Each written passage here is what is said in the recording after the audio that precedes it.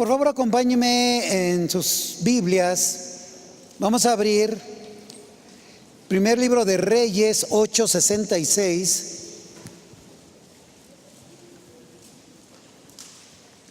Ahí vamos a estar escudriñando las Escrituras, que Dios nos hable a través de la palabra. Dice: al final, Salomón despidió al pueblo y ellos bendijeron al rey y regresaron a sus casas contentos y llenos de alegría por todo el bien que el Señor había hecho en favor de su siervo David y de su pueblo Israel. ¿Qué es lo que estaba pasando? Bueno,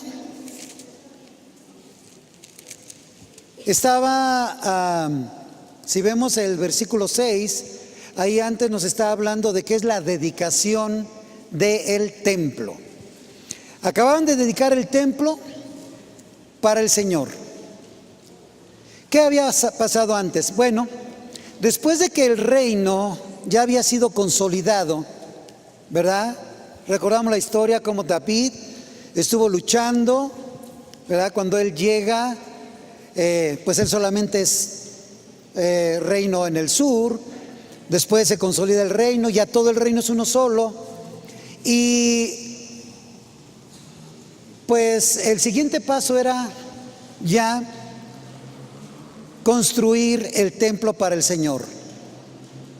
En el segundo libro de Samuel vemos cómo el rey David tenía un enorme deseo en su corazón de construir un templo para el Señor. Él decía: yo estoy aquí habitando en un palacio de cedro, mientras que el arca se encuentra bajo el toldo de una tienda de campaña. Eso era lo que David tenía en su corazón. Yo no puedo estar aquí, en este palacio, y el arca de mi Señor ahí, bajo el toldo de una tienda de campaña. El profeta Natán, inspirado por Dios, ¿verdad?, va y le dice al rey que sus deseos son excelentes, pero que no va a ser él quien lo construya, sino uno de sus descendientes. Y David se enoja, patalea, rompe la mesa, un vidrio. ¿Qué hace David? Lo que tú digas, Señor. Y él tenía un enorme deseo de construir el templo. Había luchado tanto para esto. Pero bueno, dice: está bien, Señor, así va a ser. Pero el rey David, de sus tesoros personales, pone una ofrenda grande, muy grande, para la construcción de este templo. Digo, si se hubiera enojado tanto, pues ahora yo no doy. Ahora yo no doy para el templo, no me dejan construirlo a mí, ¿verdad?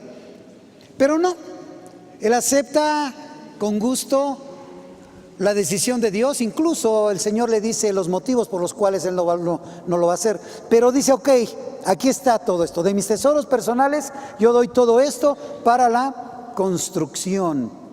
Y después, cuando Salomón empieza ya la construcción, hace invitación al pueblo, ¿verdad?, de que vengan a ofrecer ofrendas voluntarias para la construcción. Y esto que sigue es genial, porque los artesanos que estaban trabajando en todo esto paran de trabajar y van y dicen: oigan, por favor, detengan al pueblo, que ya no sigan trayendo ofrendas, ya tenemos demasiado tenemos, imagínate. Es la oración de los pastores en todas las iglesias. Señor, deténlos, que ya no ofrenden tanto. Ya tengo para 10 iglesias. ¿Qué cosa?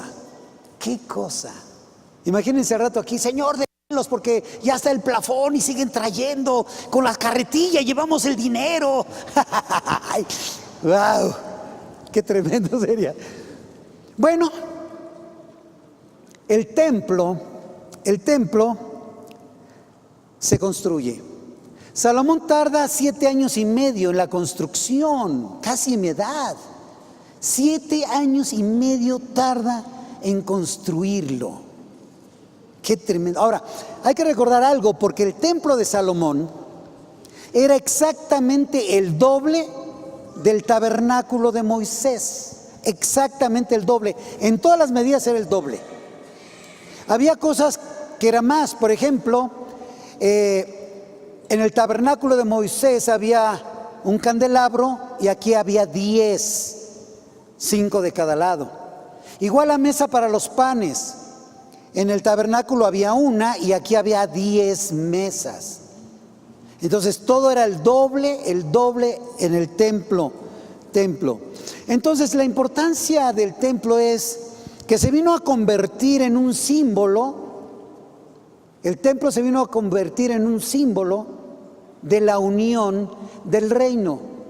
Ahora había un lugar de adoración para que todos llegaran, pero sobre todo era el lugar donde habitaría Dios. ¿Qué cosas? No importa tanto la construcción, los materiales. Sabemos que era hermoso, el mejor templo que existió. El de Herodes era grandísimo, pero no tenía la majestuosidad, no tenía todo lo que tenía el de Salomón. Pero eso no era lo más importante. Lo más importante era que ahí estaba el arca del pacto. El arca del pacto, también conocida como el arca de Dios o arca del testimonio, arca de Jehová, ¿sí? A mí me gusta más decir el arca del pacto, a mí. ¿Por qué? Porque Dios hace un pacto con su pueblo para vivir, para habitar en medio de ellos, en medio de ellos. Claro que es el arca de Jehová y del testimonio, pero es un pacto muy hermoso que Dios hace con su pueblo para vivir en medio de ellos. Entonces, ¿cómo empezó? ¿Por qué el templo? ¿Por qué tan majestuoso? ¿Por qué todo esto? Bueno, miren, el propósito de Dios siempre había sido tener intimidad, tener comunión con su creación, sobre todo con nosotros. Ese es el deseo de Dios, tener una comunión íntima, estrecha con su pueblo, con su creación. Saben, desde Génesis 3, nosotros leemos que Dios andaba recorriendo el jardín, esto es, o que se paseaba por el huerto. Ahora, ¿qué pasó aquí? Bueno, Dios dispuso el mejor lugar para Adán y Eva. Dispuso el mejor lugar. Ese huerto hermoso, ¿sí? Los ríos, había piedras preciosas de ónice, oro excelente, había frutos, bueno, el clima perfecto. O sea, Dios no puso a Adán y a Eva en el Polo Norte, ni tampoco en el desierto de Sahara, ¿verdad? Los puso en un lugar perfecto. Y yo creo que Dios hubiera dicho, bueno, aquí está el lugar, perfecto, todo está excelente, ok, me voy a mi trono, ¿verdad? Ahí me quedo. Desde ahí puedo admirar mi creación, desde ahí puedo ver toda la creación, ¿verdad? Cómo va. Pero no fue así. Pudo haber hecho eso, ¿verdad? Pero no fue así. ¿Qué hacía él? Dice la Escritura que andaba recorriendo el jardín. Se andaba paseando por el huerto. Esto nos habla de que el Señor quería intimidad con ellos, quería comunión con su gente, ¿verdad? Quería estar ahí con ellos. Yo me puedo imaginar a Adán que se va levantando. Hola, Señor, buenos días. ¿Qué tal? ¿Cómo pasaste la noche? Ay, ay, ay. Eso es lo que Dios desea. Tener esa comunión con todos nosotros, con todos nosotros. Pero Vino el pecado y hubo separación. Hubo separación. Pero en el corazón de Dios seguía y seguía el querer tener intimidad, comunión con nosotros, con su creación. Entonces, ¿qué hace? Fíjense, como esto estuvo siempre en el corazón de Dios y conocemos la historia, dice la Escritura, vea cómo la humanidad se fue corrompiendo, se fueron apartando, ¿sí? Dios manda juicio con el diluvio y la humanidad seguía mal. Entonces Dios, en ese gran amor, decide traer de lejos a Abraham, porque quería un pueblo para él. Fíjense el gran amor de Dios. Él quería un pueblo, entonces lo trae de allá, no desiste, trae a Abraham de allá, ¿verdad? Para crear un pueblo para él. En el corazón de Dios siempre está ese deseo de tener una comunión íntima contigo, de estar contigo, de poder hablar, decirte, hijo mío, ¿cómo pasaste la noche? Ay, si no fueran por los ronquidos de mi amado, de mi amada, hubiera estado excelente. Había pasado más o menos un año desde que el pueblo había salido de esclavitud de Egipto. Había pasado como un año que ya habían salido de ahí, cuando Dios habla estas palabras. Quiero que leamos Éxodo 25:8, por favor.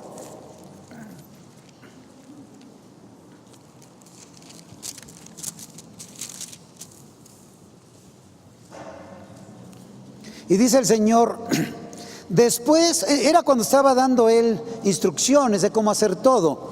Dice, después me harán un santuario para que yo habite entre ustedes. Después me harán un santuario para que yo habite entre ustedes. Vean el corazón de Dios, el querer habitar en medio de su pueblo. Por eso es el tabernáculo.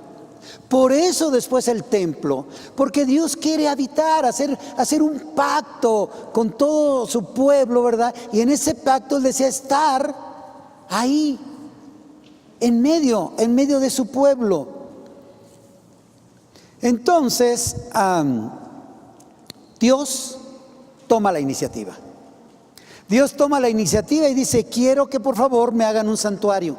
Y empieza a dar medidas de cómo iba a ser cada uno, qué forma iban a tener. Todos los datos los empieza a dar de cómo quiere que sea. Todo con lujo de detalle, al pie de la letra. Así es como lo quería el Señor. Y Él dispone también que hagan un arca, el arca del pacto. ¿Sí? Esto es, o sea, Dios no iba a estar en el altar del holocausto, que era lo primero que encontraban cuando llegaban allí al tabernáculo. Sacrificio por los pecados. Nuestro Señor Jesucristo, ¿verdad?, entregó su vida como un sacrificio para perdón de pecados. Tampoco iba a estar Dios más adelantito, que estaba el lavacro o la fuente, donde los sacerdotes se lavaban, se purificaban para poder entrar al lugar santo. Jesucristo es la fuente de vida. El que a Él llega, que dice, no van a tener sed. Ahí tampoco estaba. Y cuando entraba el sacerdote ya al lugar santo, estaba un candelabro, que era el que estaba iluminando la luz, como nuestro Señor Jesucristo, que es la luz. Había una mesa con panes, los panes de la proposición. Y nuestro Señor Jesucristo es el pan de vida. Había también ahí un altar del incienso. Ahí es donde prendían el incienso. Y en ninguno de esos estaba habitando nuestro Dios. En el altar, las oraciones que llegan hasta su misma presencia con un olor grato, un aroma fragante, no estaba ahí tampoco. Y estoy haciendo referencia en todos estos pasos a nuestro Señor Jesucristo. estaba en el lugar santísimo, atrás de un velo, de una cortina, ¿verdad? Ahí es donde estaba el arca. Fíjense, en el versículo 10, aquí en Éxodo 25, dice: hazme una arca de madera de acacia, y empieza a dar las medidas. ¿Por qué? Porque en esa arca, quiero que ahora veamos el versículo 22, dice: yo me reuniré allí contigo en medio de los dos querubines. Ahí yo me reuniré contigo. O sea, no le está diciendo Jehová de los ejércitos, no le está diciendo a Moisés: mira, ahí en el arca yo te voy a hablar, Moisés, quiero que hagas esto. O yo te voy a llegar una inspiración divina de lo alto para decirte cómo hacer las cosas, ¿sí? Ahí vas a sentir mi presencia. No, le está diciendo: yo me reuniré allí contigo. Fíjense, ¿qué quiere decir? Que la mismísima presencia de Dios iba a estar ahí, ¿sí o no? Amén. Le estoy diciendo: yo me voy a reunir ahí contigo. No, tú ve ahí, yo te hablo.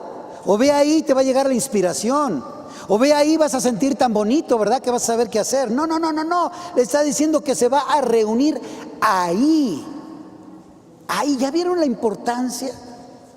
Por eso el templo, por eso David decía: Señor, necesito hacerte algo para ti, porque yo estoy en un palacio de cedro y tú estás en una carpa, en una tienda de campaña ahí. Entonces ahí, la mismísima presencia de Dios. Por eso estaba hasta el lugar santísimo. Ahora sí que a lo más profundo, ¿verdad? Lo más atrás, lo más adentro, en el tercer lugar. Ahí fue donde se colocó el arca, en el lugar santísimo, tanto en el tabernáculo como en el templo de Moisés. Ahí, atrás del velo. Ahí no había ningún mueble más, solamente el arca, símbolo de la misma presencia de Dios. Él, en su gran amor, en su gran misericordia, decidió habitar en medio de su pueblo, literal, en medio de su pueblo.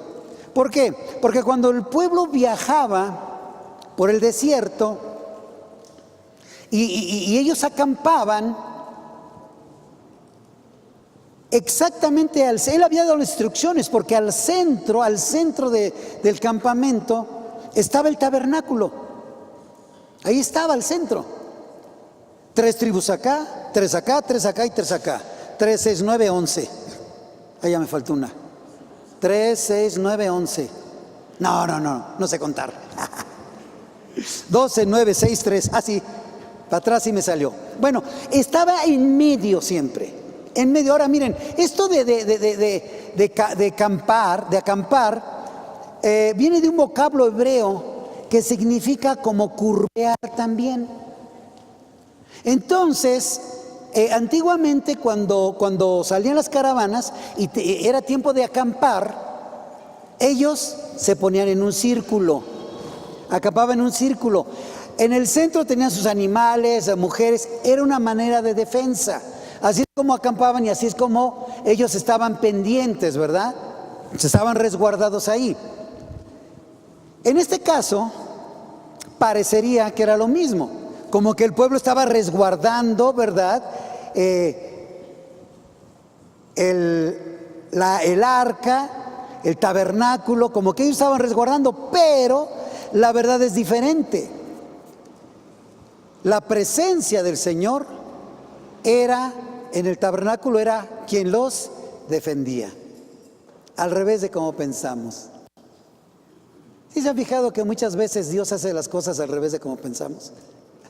Estamos resguardando, y la verdad era que Dios estaba resguardando a su pueblo.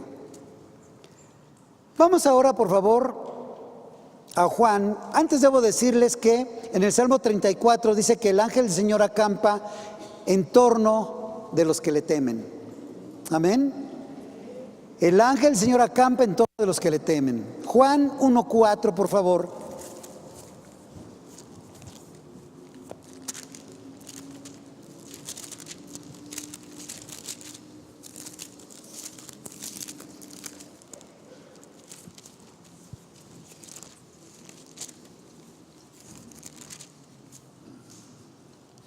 Perdón, 1:14. Ya me la creí eso de no ser contar. Ya me la creí. 1:14. Dice, y el verbo, ¿quién es el verbo? Nuestro Señor Jesucristo. Y el verbo se hizo hombre y habitó entre nosotros. Entre nosotros. Ustedes saben la historia del pueblo. La historia del pueblo, cómo, aún tenido el tabernáculo, el pueblo se desvió.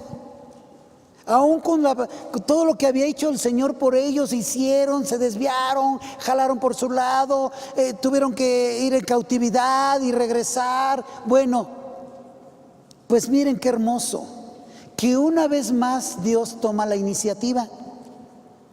Y el verbo se hizo hombre y habitó entre nosotros. Nosotros somos los que habíamos ofendido a Dios, ¿sí o no? Dios era ofendido. ¿Y qué es lo que pasó?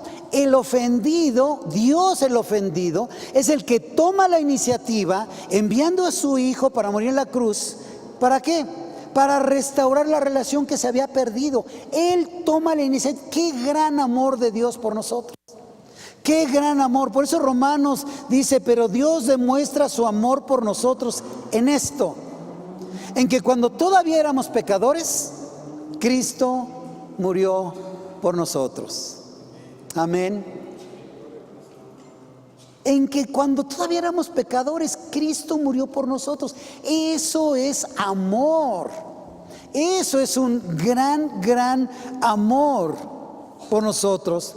Ahora, las Escrituras nos enseñan que nuestro Señor Jesucristo no solo quiere morar entre nosotros, Él se hizo hombre y habitó entre nosotros.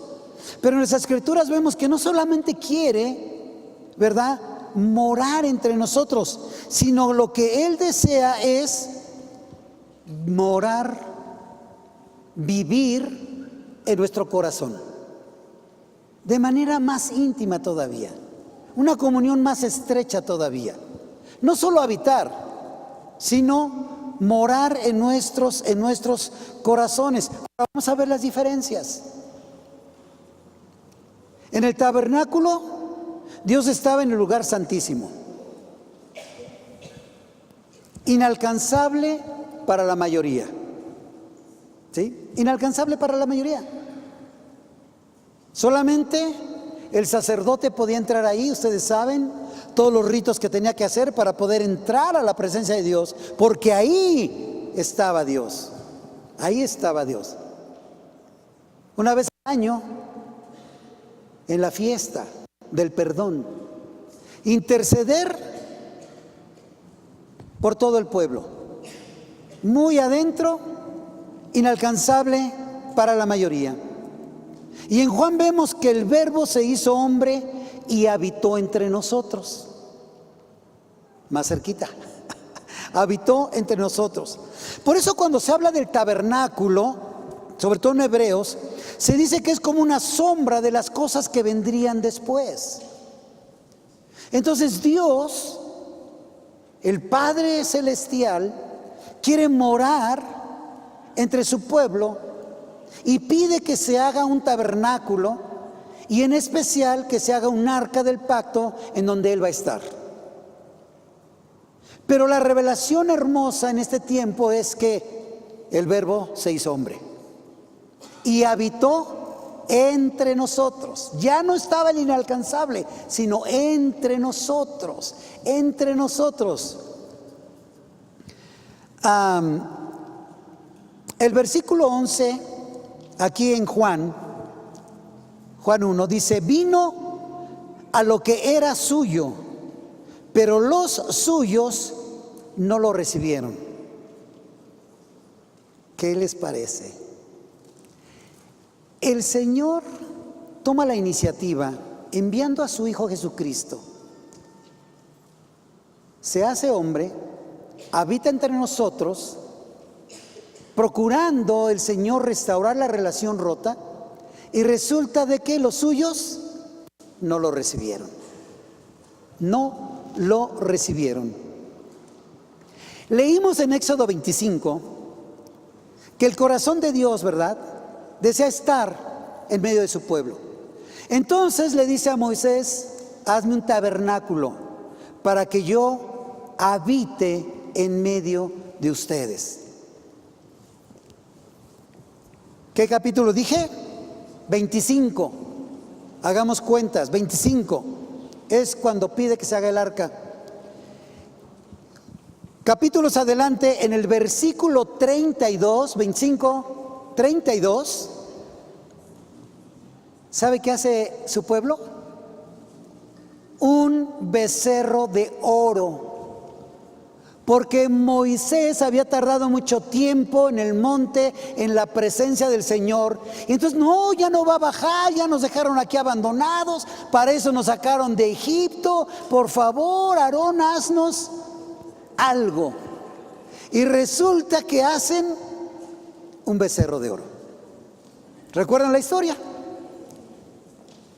25, el Señor pide una morada para estar en medio de su pueblo. 32, hacen un becerro de oro. Yo diría, no quieren nada estos cuates. ¿Saben? En el versículo 33, Moisés toma una tienda de las que están ahí, no es el tabernáculo, todavía no estaba hecho, toma una tienda X y se la lleva fuera del campamento y la instala por acá. Y entonces Moisés sale ahí, y ahí es donde ora al Señor, ahí le pide dirección al Señor, ahí está. Incluso la llamó la tienda de reunión con el Señor. ¿Y qué era el simbolismo de esto? Era que, primero, Dios quiere habitar en medio de su pueblo, ¿sí? Pero su pueblo pecó, su pueblo se desvió. Entonces Moisés simbólicamente toma una tienda, la saca, la lleva fuera del campamento como diciendo: el Señor se va a apartar de ustedes. El Señor no quiere estar en medio de un pueblo de pecado. Y ahí la tiene afuera. Pero lo más maravilloso es el versículo 33 de Éxodo. ¿Por qué? 36. Porque ahí empieza la obra ya del tabernáculo, la que nuestro Señor está pidiendo en el versículo 25, y después pasan todos estos problemas. En el 36 empieza la construcción. ¿Qué quiere decir esto? Vean, ¿podemos ver el corazón de Dios? Podemos ver el corazón de Dios, que Él quiere habitar en medio de su pueblo, y su pueblo se rebela, y su pueblo hace cosas que no le gustan a Él. Y después de todo, el Señor dice: vamos con el plan. Hazme el arca. Quiero habitar en medio de mi pueblo. Qué maravilloso Dios. Su corazón tan maravilloso. Dice en el versículo 11 de Juan, hablando ya de nuestro Señor Jesucristo: los suyos no lo recibieron. Entonces, el plan de Dios Todopoderoso de habitar en medio de su pueblo, a pesar de, lo llevó a cabo. No lo desanimó. No lo desanimó. El deseo de su corazón de tener esa comunión, esa intimidad con su gente, no lo desanimó. Él siguió en lo mismo, y entonces construyen ya el tabernáculo. ¿Y qué pasa con la vida de nuestro Señor Jesucristo? Vino a lo suyo que era salvar, pero los suyos no lo recibieron. Y dijo: bueno, pues conste que yo vine. A ver, que se registre por ahí que estuve presente, que vine al plan de salvación, pero que ustedes no me recibieron. ¿Es de qué? Ahí nos vemos. No, ¿verdad? No lo desanimó. Siguió. siguió con lo mismo. Así como el Padre Celestial vio a Moisés y dijo, va, por él va. Caleb, Josué, por ellos va, sigue el plan, por ellos sigue adelante. ¿Y qué pasó aquí? Mas a cuantos lo recibieron,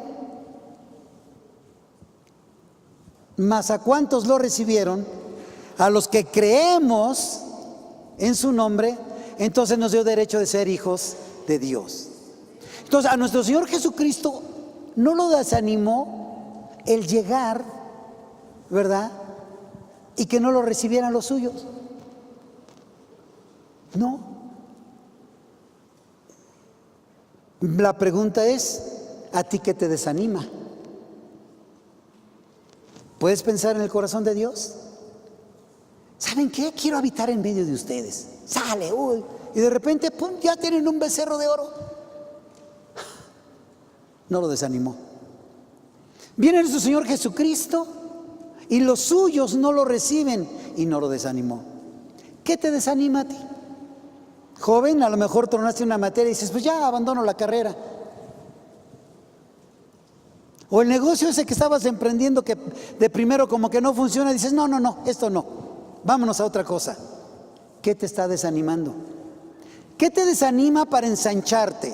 ¿Qué te desanima para que tu mente se abra y veas nuevos proyectos, nuevas oportunidades? ¿Qué te desanima? Piensa en el Moisés o en el Caleb o Josué. Piensa en los que sí recibieron y recibimos a nuestro Señor Jesucristo. Por ellos va adelante todo el plan, todo el plan. Cuando recibimos a nuestro Señor Jesucristo como único y suficiente Salvador,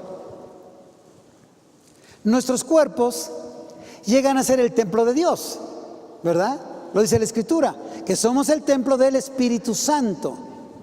¿Sí o no? ¿Cuántos templos del Espíritu Santo hay aquí?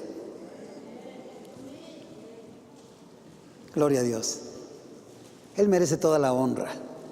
Porque Él siguió con un plan a pesar de que nosotros nos desviamos, hacemos, decimos. Él tiene un plan perfecto para cada uno de nosotros. Ahora quiero que imaginen conmigo esto. Si somos el templo de Dios, entonces puedes pensar en esto. Nuestro corazón representaría ese tabernáculo, ese lugar santísimo o esa arca del pacto en donde habita nuestro Señor Jesucristo. Literal. Así como en el arca era literal porque dijo Dios, ahí me voy a ver contigo. Ahí no dijo, ahí me voy a hablar, ahí me voy a ver contigo. En la Escritura encontramos que si nosotros recibimos a Cristo como Señor y Salvador en nuestro corazón, Él va a venir a hacer morada, ¿dónde? Dile al que está a tu lado, como que tienes cara de tabernáculo. No, digo, el tabernáculo no estaba muy bonito que digamos. Entonces dile, tienes cara como de... Tienes cara de templo del Espíritu Santo. Eso sí, se lo dices. Amén. Amén. Gloria a Dios.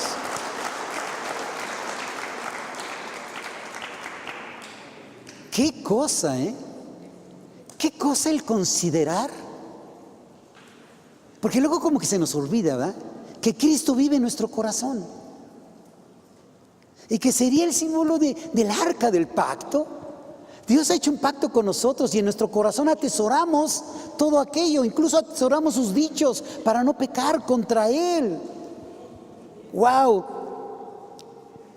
En el Éxodo 25:4 también leemos que entonces Dios le dice a Moisés, mira, procura hacer todo exactamente como te lo mostré en el monte. Que el tabernáculo sea exactamente como te lo mostré ahí. Todo tiene que ser perfecto y exacto. De la misma manera en el plan de salvación, todo tenía que ser perfecto, exacto, todo. Leemos nosotros en la Escritura cómo a través de los siglos y de los milenios se estaba anunciando la venida de nuestro Señor Jesucristo. Los profetas, había señales de que nuestro Señor Jesucristo venía. Todo era un plan perfectamente hecho de Dios. Un plan perfecto, perfectísimo. Luego yo me asombro cómo Dios mueve todas las cosas para que se cumplan sus planes, sus propósitos y los proyectos en la vida de cada uno de nosotros. Como fue en el caso de nuestro Señor Jesucristo. Ustedes recuerdan que ellos vivían en Nazaret, en el norte. Y resulta de que ya mero tenía que nacer nuestro Señor Jesucristo. ¿Y a dónde tenía que nacer? En el sur, en Belén. Entonces dice, va un censo y bajan y ahí nace. Resulta de que cuando nació nuestro Señor Jesucristo, ustedes saben, Herodes el Grande lo quería matar porque supo que había nacido el rey de los judíos. Vamos a matarlo. Entonces en sueños Dios le habla a José y le dice, ¿quieren matar al niño? Vete a Egipto, llévatelos a Egipto. Y entonces José dice, espérame, quiero recordarte que yo solamente vine al censo. Entonces mis gastos nada más son Aeroméxico y luego aquí estar 2-3 días, todo incluido, y de regreso. O sea, no traigo dinero, no traigo más. Ahora quieres que me vaya a Egipto y es un vuelo internacional, y es otro país. ¿Y saben qué hace Dios? Le manda a unos magos. A unos magos. ¿Que le llevaron qué? Oro, incienso y mirra. 3 productos, sobre todo el oro, que son muy preciados y de muy buen costo. ¿No es maravilloso Dios? Vete a Egipto. Y ya cuando muere Herodes el Grande le dice, ahora sí, regrésate. ¿Cuántos años pasaron? No sé. Como ya tiene tiempo que pasó, eso no me acuerdo cuánto tiempo fue. Digo, tiene unos ayeres, ¿verdad? Y a esas alturas mi memoria ya no, esos detalles ya se me escapan un poquitín. Pero fueron años los que estuvo allá. Fueron años. Qué hermoso el plan de salvación. Y Dios siempre llevándolo adelante. ¿Quieren matar al niño? Ok, vamos a llevarlo acá. Y adelante. Oye, ahora ya me rechazaron, no importa, vamos adelante. Y eso es lo que nos dice el Señor hoy día. ¿Cuántos de aquí hemos sido rechazados? Yo bajo las 2 manos. Yo no soy rechazado. No, yo también. En algún área de nuestra vida nos han rechazado. ¿Y qué dice el Señor? Levántate y sigue adelante, sigue con ese plan que puse en tu corazón, porque ese es el plan de victoria que tengo para tu vida. Ese es el plan de victoria que tengo. No te puedes desanimar. ¿Cómo vas a ensanchar si en el primer obstáculo te quedas? ¿Cómo puedes seguir adelante? El plan de salvación siguió adelante, a pesar de que fue rechazado. Pasaron muchas cosas porque habían transcurrido ya 480 años de que salieron de Egipto cuando Moisés hace el templo. 480 años. Salomón, gracias. Dije Moisés, perdón, Salomón. Cuando Salomón edifica el templo habían pasado ya 480 años. Hay muchas anécdotas que pasaron aquí, pero quiero hacer referencia a una, porque tenemos una enseñanza muy interesante aquí. En los días del sacerdote Elí, había guerra de los israelitas contra los filisteos. Y fueron los israelitas y salieron derrotados, ¿verdad? Entonces regresan y vamos a leer Primera carta de Samuel 4:3, por favor. Primer libro, de Samuel 4:3.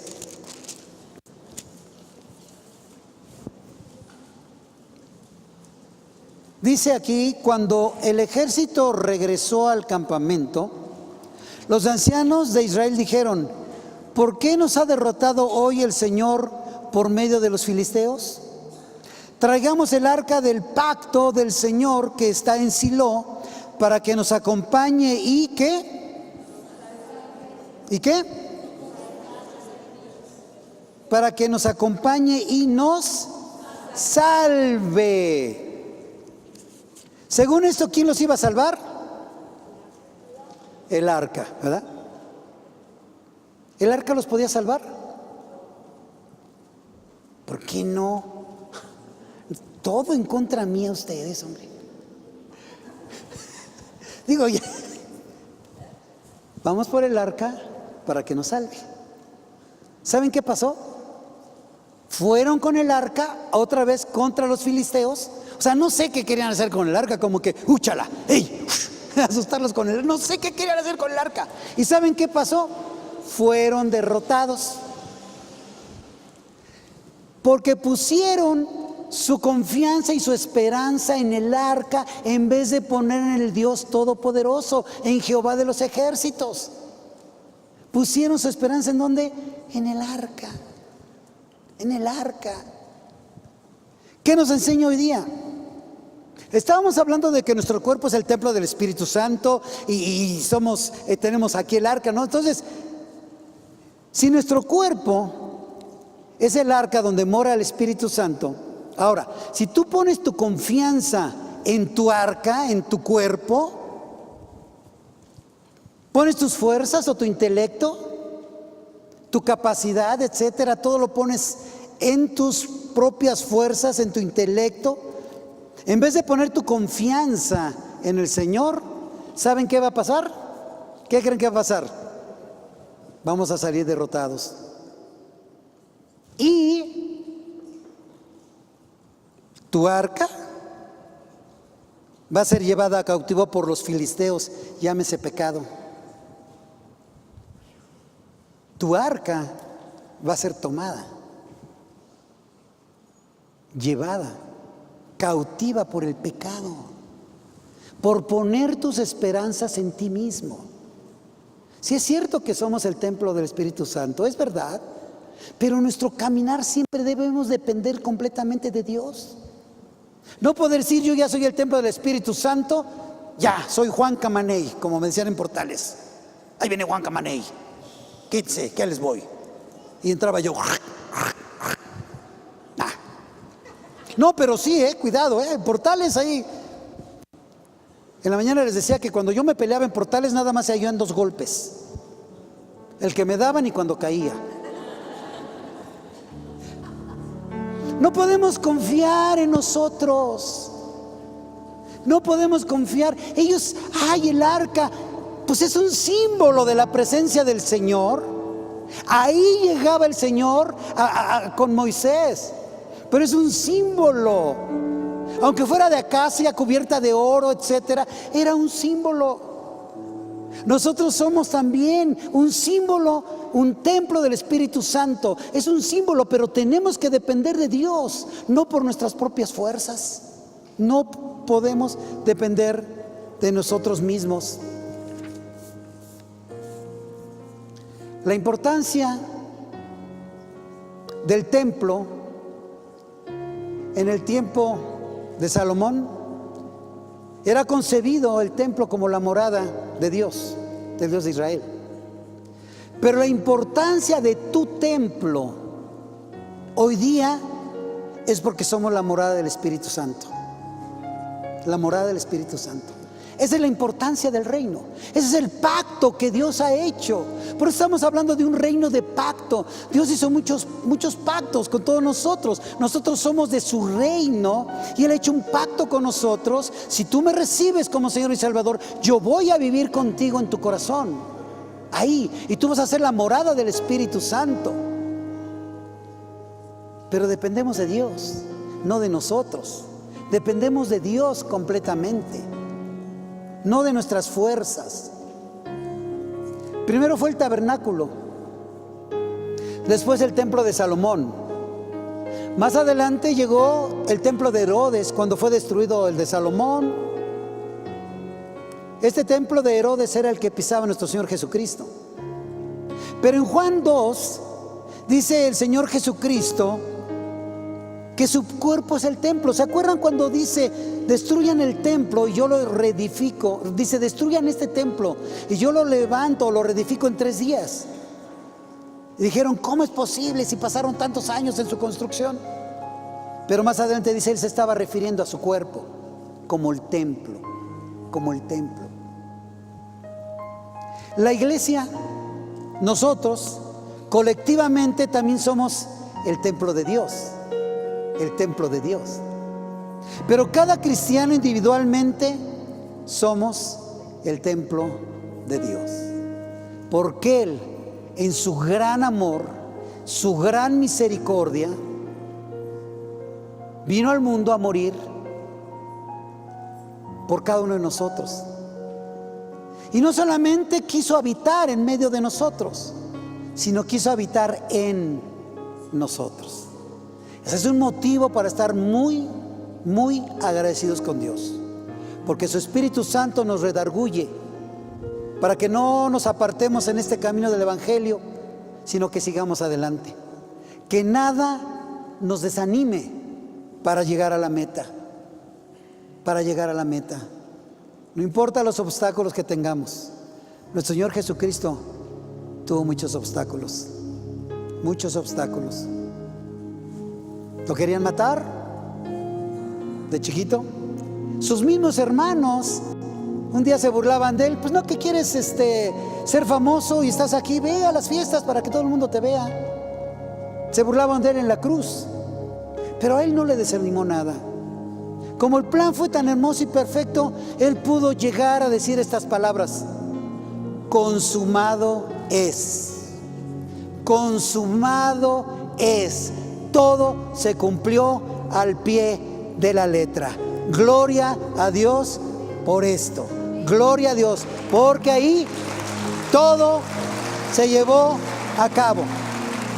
Nada desanimó, nada. Que nada nos desanime a nosotros.